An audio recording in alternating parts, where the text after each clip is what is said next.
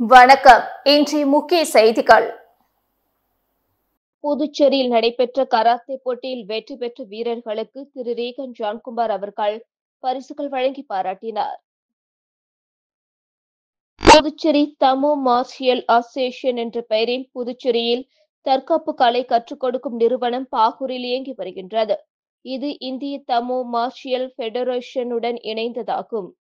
இந்நிறுவனம் சார்பில் முதலாவது மாநில அளவிலான கராத்தே போட்டி புதுச்சேரி கன்னியாகுமரியில் உள்ள தனியார் திருமண மண்டபத்தில் நடைபெற்றது. இப்போட்டி இந்நிறுவனத்தின் புதுச்சேரி மாநில சேர்மன் திரு ரீகன் ஜான்குமார் அவர்கள் தலைமையில் நடைபெற்றது. சிறப்பு விருந்தினர்களாக தமோ மார்ஷியல் அசோசியேஷன் தலைவர் திரு ராகவேந்திர சிங், சமூக சேவகர் திரு மோகன்தாஸ், பாகூர் கராத்தே மாஸ்டர் திரு வெங்கடம், அசோசியேஷன் செயலாளர் கராத்தே வளவன் திரு ஜெரால்ட், அசோசியேஷன் மாநில தலைமை திரு பாலச்சந்தர், துணைத் தலைவர் பழனிசாமி, செயலாளர் சுமதி, இணை செயலாளர் சந்திரமோகன், பொருளாளர் திருமதி குப்பம்மாள், சட்ட ஆலோசகர் திரு பிரபாகரன் ஆகியோர் கலந்து கொண்டனர்.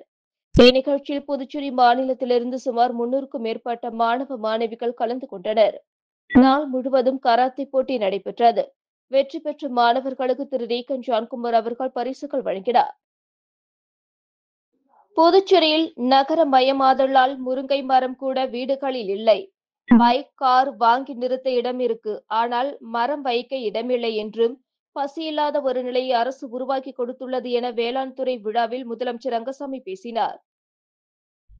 புதுச்சேரி அரசு வேளாண் மற்றும் விவசாயிகள் நலத்துறை சார்பில் என் வீடு என் நலம் என்ற திட்டம் துவக்க விழா புதுச்சேரி தாவரவியல் பூங்காவில் நடைபெற்றது. வேளாண் துறை அமைச்சர் தேனி ஜெயக்குமார் தலைமை உரையாற்றினார். இதில் சிறப்பு விருந்தினராக முதலமைச்சர் ரங்கசாமி கலந்து கொண்டு ரூபாய் 5000 மதிப்புள்ள 21 பொருட்கள் அடங்கிய தோட்டக்கலை உபகரண தொகுப்புகளை துவக்கி வைத்து சுய உதவி குழுவை சேர்ந்த 200 பயனாளிகளுக்கு இலவசமாக வழங்கினார். இதில் சபாநாயகர் செல்வம், சட்டமன்ற உறுப்பினர் அனிபால் கென்னடி, அரசு செயலர் நெடுஞ்செழியன் மற்றும் துறை அதிகாரிகள், ஊழியர்கள், பயனாளிகள் கலந்து கொண்டனர். விழாவில் பேசிய முதலமைச்சர் ரங்கசாமி, என் வீடு என் நலம் என்றால் என் வீடு நன்றாக இருந்தால் நான் நன்றாக இருக்கிறோம் என்பதுதான் இந்த திட்டத்தின் பொருள். நகரமயமாதலால் விவசாய நிலம் குறைந்து கொண்டு வருகிறது. விவசாய உற்பத்தி, நமக்கு தேவையான உணவு உற்பத்தி குறைந்து வருகிறது. இரும்பு சத்துள்ள முருங்கை கீரையை அன்றைய காலத்தில் அதிகம் சாப்பிடுவார்கள். முருங்கை மரம் அனைத்து வீடுகளிலும் இருக்கும். ஆனால் இப்பொழுது இல்லை. அனைத்து வீடுகளிலும் 4 பைக், கார் இருக்கிறது. அதற்கு இடம் இருக்கும் வீடுகளில். ஆனால் முருங்கை மரம் வைக்க இடம் இல்லை என சுட்டிக்காட்டி பேசிய அவர், மாடி தோட்டம் அமைத்து முருங்கை மரம், மிளகாய், தக்காளி உள்ளிட்ட சாகுபடிகள் செய்யலாம். அதற்காகத்தான் இந்த திட்டத்தை துவக்கி வைத்துள்ளோம் என்றார். நாட்டின் பாதையை முன்னோக்கி எடுத்து செல்வதில் பெரிய மாற்றத்தை ஏற்படுத்தும் என்பதால் புதிய கல்விக் கொள்கையை செயல்படுத்தாத மாநிலங்கள் மறுபரிசீலனை செய்ய வேண்டும் என்று குடியரசு துணைத் தலைவர் ஜெகதீப் தன்கர் கூறினார். புதுவைக்கு 3 நாள் அரசு முறை சுற்றுப்பயணமாக வந்த குடியரசு துணைத் தலைவர் இறுதி நாளான நேற்று புதுச்சேரி மத்திய பல்கலைக்கழகத்தில் மாணவர்கள், பேராசிரியர்கள் முன்பாக உரையாற்றினார். அப்பொழுது பேசிய அவர், புதிய கல்விக் கொள்கையை உருவாக்குவது நாட்டின் கல்வி பயணத்தில் ஒரு திருப்புமுனையாக கருதப்படும். இது உலகின் சிறந்த கல்விக் கொள்கையில் ஒன்றாகும். இது தாய்மொழிக்கு முக்கியத்துவம் அளிக்கிறது. புதிய கல்விக் கொள்கை தமது இளைஞர்கள் தங்கள் திறமையையும் ஆற்றலையும் முழுமையாக பயன்படுத்த அனுமதிக்கிறது. புதிய கல்விக் கொள்கையை ஏற்றுக்கொள்ளாத மாநிலங்கள் மறுபரிசீலனை செய்ய வேண்டும், மீண்டும் பார்க்க வேண்டும். ஏனெனில் இந்த கொள்கை ஒரு பெரிய மாற்றத்தை ஏற்படுத்தும். 2047ஆம் ஆண்டில் பிரதமரால் திட்டமிடப்பட்டபடி நாட்டை வளர்ந்த நாடாக மாற்றுவதில் புதிய கல்வி கட்டமைப்பு முக்கிய பங்கு வகிக்கும் என்றார். அதைத் தொடர்ந்து புதுச்சேரி பயணத்தை நிறைவு செய்து விமான நிலையத்திலிருந்து புறப்பட்டவரை துணைநிலை ஆளுநர் கைலாஷ்நாதன், முதலமைச்சர் ரங்கசாமி உள்ளிட்டோர் வழி அனுப்பி வைத்தனர். மணவெளி சட்டமன்ற தொகுதி ஓடைவெளி பகுதியில் புதுப்பிக்கப்பட்ட அரசு ஆரம்ப பள்ளி கட்டிடத்தை சட்டப்பேரவைத் தலைவர் செல்வம் திறந்து வைத்தார். மணவெளி சட்டமன்ற தொகுதி ஓடைவெளி பகுதியில் உள்ள அரசு ஆரம்ப பள்ளியின் கட்டிடம் பழுதடைந்த நிலையில் இருந்ததை அப்பகுதி மக்களும் அப்பள்ளியின் ஆசிரியர்களும் தொகுதி சட்டமன்ற உறுப்பினரும் சட்டப்பேரவைத் தலைவருமான செல்வம் அவர்களிடம் தெரிவித்தனர். சட்டப்பேரவைத் தலைவர் இது தொடர்பாக பள்ளி கல்வித்துறை மூலம் உரிய நடவடிக்கை எடுத்து ரூபாய் 19 லட்சம் மதிப்பீட்டில் கட்டடத்தை புதுப்பித்து அதனை திறந்து வைத்தார். மேலும் பள்ளிக்கு காணொலி மூலம் கற்பித்தல் அறையை திறந்து வைத்தார். இந்த நிகழ்ச்சியில் பள்ளி கல்வித்துறை முதன்மை கல்வி அதிகாரி குலசேகரன், வட்ட ஆய்வாளர் வாஞ்சிநாதன் மற்றும் பள்ளியின் பொறுப்பு ஆசிரியர் திருமதி மங்கையர் கரிசி மற்றும் அப்பகுதி முக்கிய பிரமுகர்கள், பொதுமக்கள், பெற்றோர்கள், மாணவர்கள் கலந்து கொண்டனர். வரும் சட்டசபை தேர்தலில் புதுச்சேரியில் தேசிய ஜனநாயக கூட்டணியில் 2 தொகுதியை கேட்போம் என புதிய நீதி கட்சி தலைவர் சண்முகம் தெரிவித்தார். இது தொடர்பாக புதுச்சேரியில் செய்தியாளர்களிடம் பேசிய அவர், தேசிய ஜனநாயக கூட்டணியில் புதிய நீதி கட்சி கடந்த 25 ஆண்டுகளாக தொடர்ந்து பயணித்து வருகிறது. அகமதாபாத் விமான விபத்து குறித்து மத்திய அரசு குழு அமைத்து விசாரணை நடத்தி வருகிறது. ஆய்வு செய்து தவறு இருந்தால் கடுமையான நடவடிக்கை எடுப்பதுடன் அனைத்து விமானங்களையும் சோதனை செய்ய மத்திய அரசு உத்தரவிட வேண்டும். புதுச்சேரியில் புதிய நீதி கட்சியின் மாநில அமைப்பாளராக தேவநாதன் உள்ளிட்ட புதிய மாநில நிர்வாகிகள் நியமிக்கப்பட்டுள்ளனர். தேசிய ஜனநாயக கூட்டணியில் வரும் தேர்தலில் புதுச்சேரியில் 2 இடங்கள் கேட்போம். குறைந்தது ஒரு இடத்திலாவது கண்டிப்பாக போட்டியிடும். தமிழகத்தில் ஒரு லோக்சபா தொகுதி உட்பட 6 தொகுதிகளை கேட்போம் என்றார். அம்மா மக்கள் முன்னேற்ற கழகம் புதுச்சேரி கிழக்கு மாநில நிர்வாகிகள் ஆலோசனை கூட்டம் மாநில செயலாளர் முருகன் தலைமையில் நடந்தது. புதுச்சேரி மாநில அம்மா மக்கள் முன்னேற்ற கழகம் கிழக்கு மாநில நிர்வாகிகள் ஆலோசனை கூட்டம் முத்தியால்பேட்டை பகுதியில் உள்ள தலைமை அலுவலகத்தில் நடைபெற்றது. முன்னாள் எம்எல்ஏ ஆறுமுகம் முன்னிலையில் கிழக்கு மாநில செயலாளர் முருகன் தலைமையில் நடைபெற்றது. இந்த ஆலோசனை கூட்டத்தில் அனைத்து தொகுதி நிர்வாகிகள் உட்பட பலர் கலந்து கொண்டனர். கூட்டத்தில் அனைத்து தொகுதிகளிலும் கட்சியை பலப்படுத்தி அம்மா மக்கள் முன்னேற்ற கழகம் பொதுச் செயலாளர் டிடிவி தினகரனின் கரத்தை வலுப்படுத்த இணைந்து பாடுபட வேண்டும் உள்ளிட்ட பல்வேறு தீர்மானங்கள் நிறைவேற்றப்பட்டன. கண்டமங்கலம் தனியார் கட்டுமானத்திற்கு கட்டுமான பொருள் எடுத்து வந்த லாரி மழைநீர் சேகரிப்பு வாய்க்காலில் சிக்கிக் கொண்டது. விழுப்புரம் மாவட்டம் கண்டமங்கலம் விழுப்புரம் நாகப்பட்டினம் தேசிய நெடுஞ்சாலையில் கண்டமங்கலம் அருகே தனியார் கட்டுமானத்திற்கு பயன்படுத்த எம்சாண்ட் டிப்பர் லாரியில் கொண்டு வரப்பட்டது. இதனை கட்டுமானம் மேல்தளம் ஒட்டும் பணிக்காக அருகில் கொண்டு செல்லும் பொழுது மழைநீர் வாய்க்காலில் பின்சக்கரம் சிக்கிக் கொண்டு நின்றது. இதனால் இட உரிமையாளரும் மற்றும் அப்பகுதி மக்களும் சிறிது பதட்டம் அடைந்தனர். பின் எம்சாண்ட் ஏற்றி வந்த லாரி உரிமையாளர் பளுதூக்கும் இயந்திரம் கொண்டு வந்து லாரியில் இருந்த எம்சாண்ட் முழுவதையும் இறக்கிய பின்னர் அந்த லாரியை மீட்டனர்.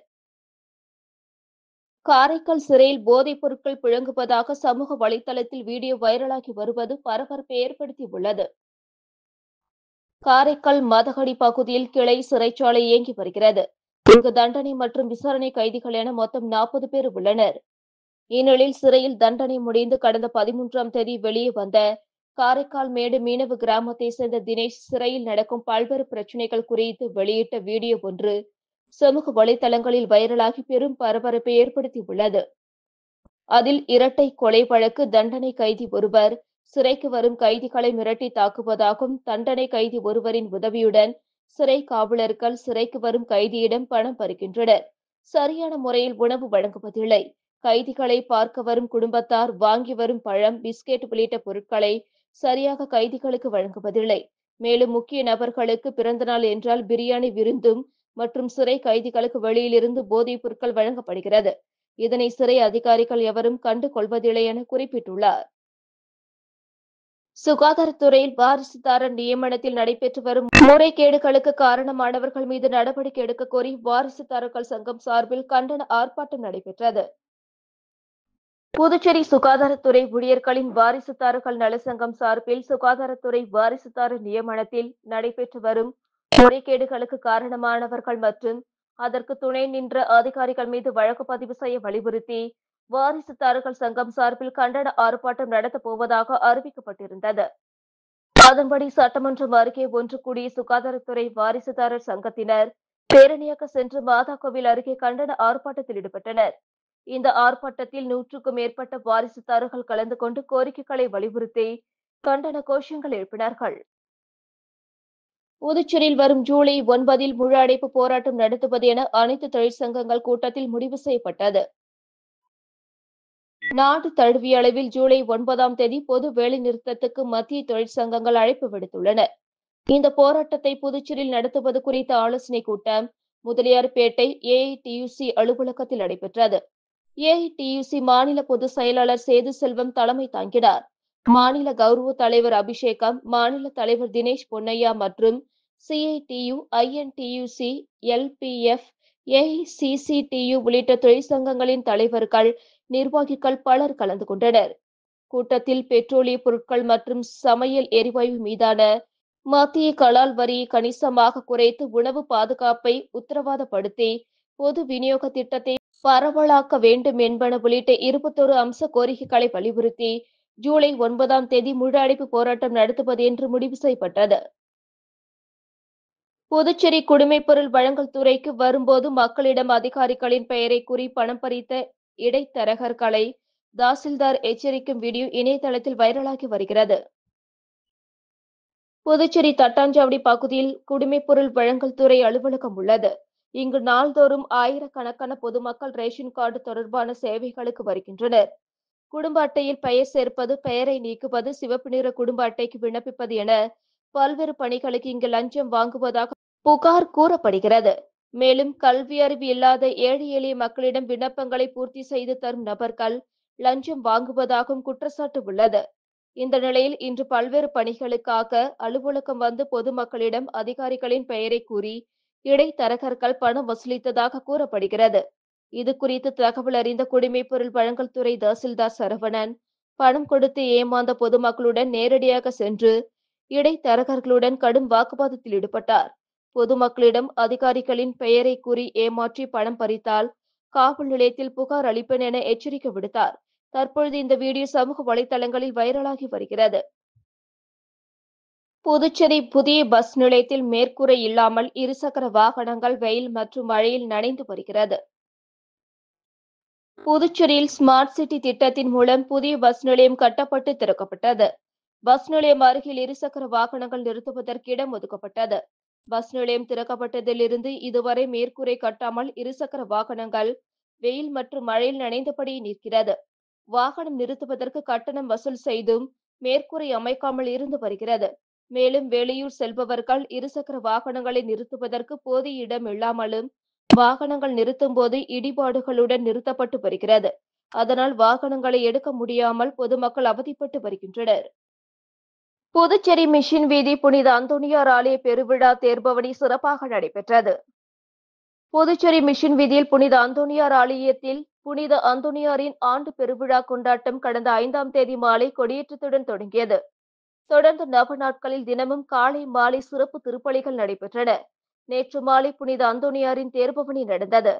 இதில் அனிபால் கென்னடி எம்எல்ஏ மற்றும் திரளான கிறிஸ்தவர்கள் கலந்து கொண்டனர். மிஷின் வீதியில் தொடங்கிய இந்த தேர்பவனி முக்கிய வீதியின் வழியாக சென்று மீண்டும் ஆலயத்தை வந்தடைந்தது. தொடர்ந்து இன்று கொடியிறக்கம் மற்றும் திருப்பலியுடன் திருவிழா நிறைவு பெறுகிறது. புதுச்சேரி முல்லா வீதி தர்கா கந்தூரி உருஸ் நிகழ்ச்சியொட்டி சந்தனக்கூட ஊர்வலம் சிறப்பாக நடைபெற்றது.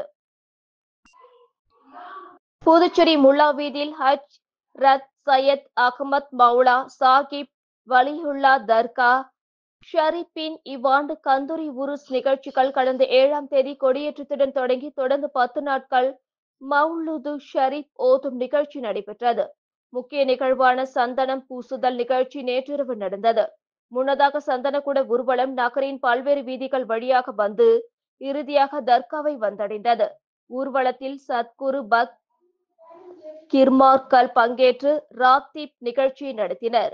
நிகழ்ச்சியில் வக்ஃபு போர்டு உறுப்பினர்கள், வழக்கறிஞர்கள், அகமது மார்க் அறிஞர் அப்துல் ரஹ்மான், சமூக சேவகி பாத்திமா அலி, முத்தவலி ஜாகிர் உசேன், வக்ஃபு அத்கர் இஸ்மாயில் மற்றும் ஜமாத்தார்கள், இஸ்லாமியர்கள் என ஏராளமானோர் கலந்து கொண்டனர்.